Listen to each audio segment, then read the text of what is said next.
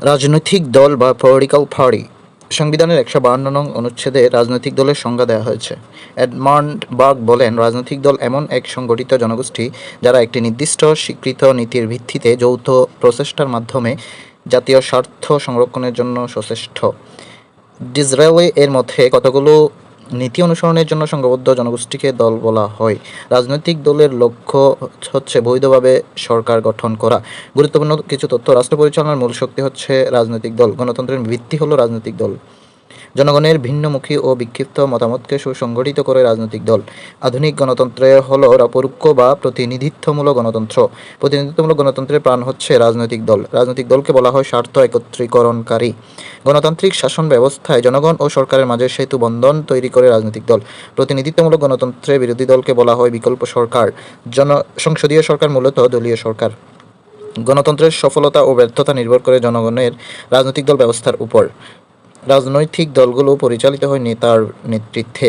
রাজনৈতিক দলসমূহের নিবন্ধন আইন ২০২০। কোনো রাজনৈতিক দল নিবন্ধন হতে আগ্রহী হতে হলে কিছু শর্ত পালন করতে হয়, যেমন দরখাস্ত দাখিলের পূর্ববর্তী ২টি সংসদ নির্বাচনে দলীয় নির্বাচনী প্রতীক নিয়ে কমপক্ষে একটি আসন লাভ। সংসদ নির্বাচনের যে কোনো একটিতে নির্বাচনে অংশগ্রহণকৃত আসনে প্রদত্ত মোট ভোটের ৫% ভোট লাভ।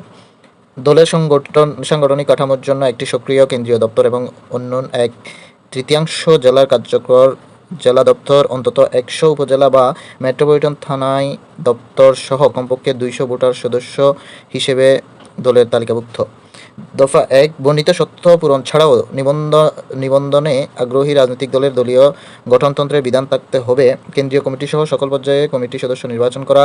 সকল পর্যায়ের কমিটি ন্যূনপক্ষে শতকরা ৩৩% সদস্যপদ মহিলা সদস্যদের জন্য সংরক্ষণের লক্ষ্যমাত্রা ধার্য করা। স্বতন্ত্র প্রার্থী হিসেবে নির্বাচিত কেউ পরবর্তীকালে কোনো অনিবন্ধিত রাজনৈতিক দলে যোগ দিলে তার পদ যোগদানকারী দল কর্তৃক আহরিত হয়েছে বলে গণ্য হবে না।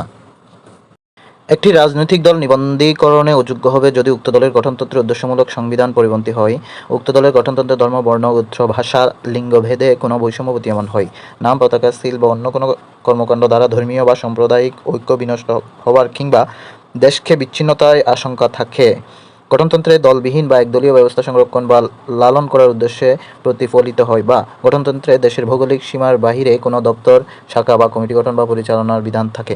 কোনো নিবন্ধিত রাজনৈতিক দলের নিবন্ধন নিম্নোক্ত কারণে বাতিল হবে: যদি দলের গঠনতন্ত্র অনুযায়ী সর্বোচ্চ সিদ্ধান্ত গ্রহণকারী কমিটি কর্তৃক দলকে বিলুপ্ত ঘোষণা করা হলে, কিংবা নিবন্ধন বাতিলের জন্য দলের প্রধান বা সাধারণ সম্পাদক পদাধিকার কর্তৃক দলীয় সিদ্ধান্তের কার্য বিবরণী সহ কমিশন বরাবর আবেদন করা হলে, বা নিবন্ধিত কোনো রাজনৈতিক দল সরকার কর্তৃক নিষিদ্ধ ঘোষিত হলে, এই আইন ও বিধান অধীনে কমিশনের প্রতিতব্য কোনো তথ্য পরপর ৩ বছর প্রেরণ করতে ব্যর্থ হলে প্রেরিতব্য।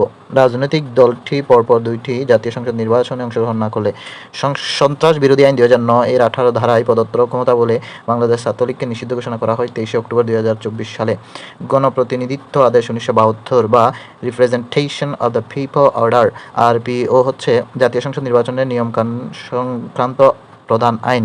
আরপিও প্রণীত হয় ১৯৭২ সালে, মোট সংশোধন হয় ১৮ বার। সবচেয়ে বেশি সংস্কার হয় তত্ত্বাবধায়ক সরকারের সময়। আরপিও সংশোধন করে নির্বাচন কমিশন, অনুমোদন দেয় মন্ত্রী পরিষদ। বিধি অনুসারে প্রতিটি দলে নারী সদস্য থাকতে হবে ৩৩%।